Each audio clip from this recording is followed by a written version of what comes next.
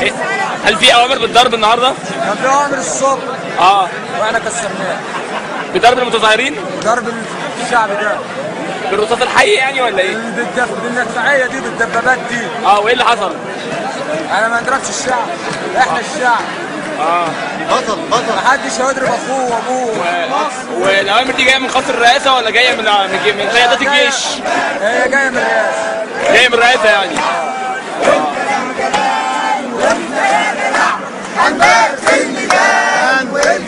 محدش يمشي لحد ما يمشي. محدش يمشي لحد ما يمشي. محدش يمشي لحد ما يمشي. محدش يمشي لحد ما يمشي. محدش يمشي لحد ما يمشي. محدش يمشي لحد ما يمشي. والجدع جدع